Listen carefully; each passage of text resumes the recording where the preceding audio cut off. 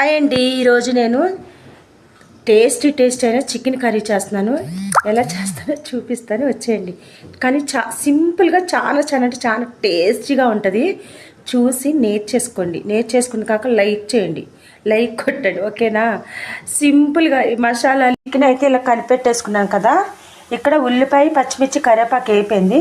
ఇప్పుడు ముందుగా మనం హాఫ్ అన్ అవర్ కలిపెట్టుకున్న చికెన్, హాఫ్ అన్ అవర్ కాదులే కానీ ఒక 10 నిమిషాలు కలిపెట్టుకున్నాను అనమాట. ఇలా కలిపెట్టుకొని ఇలా ఇట్లా కొంచెం లైట్గా బ్రౌన్ కలర్ వచ్చి ఉల్లిపాయలు దాంట్లో ఇలా చికెన్ వేసేసుకుంటే అన్నీ దీంట్లోనే కలిపేసాను. మళ్ళీ విడిగా ఏం వేసుకోవాల్సిన పెరుగు, ఉప్పు, కారం, పసుపు అన్నీ. ఇప్పుడు కొంచెం ఇలా కలిపేసుకొని సిమ్లో పెట్టి మూత పెట్టేసేసుకున్నాను. ఇప్పుడు చూద్దాం. చూసారా, అలా ఉడికినాక దీంట్లో మనం ఇది చికెన్ కలిపెట్టుకున్నది కదా, కొన్ని హాఫ్ గ్లాస్ అని వాటర్ పోసా.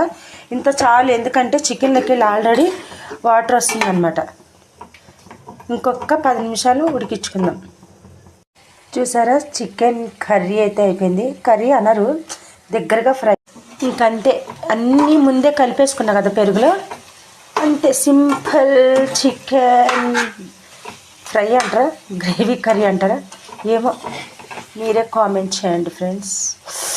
గుమ్మలాడే చికెన్ అంటే దగ్గర కొంచెం చేసిన. దీంట్లో మిరియాల చారు కానీ టమాటా చారు కానీ ఉంటే చాలా సూపర్ టేస్ట్. ఇవి నచ్చితే వీలైతే లైక్ చేయండి, సబ్స్క్రైబ్ చేసుకోండి. Bye bye.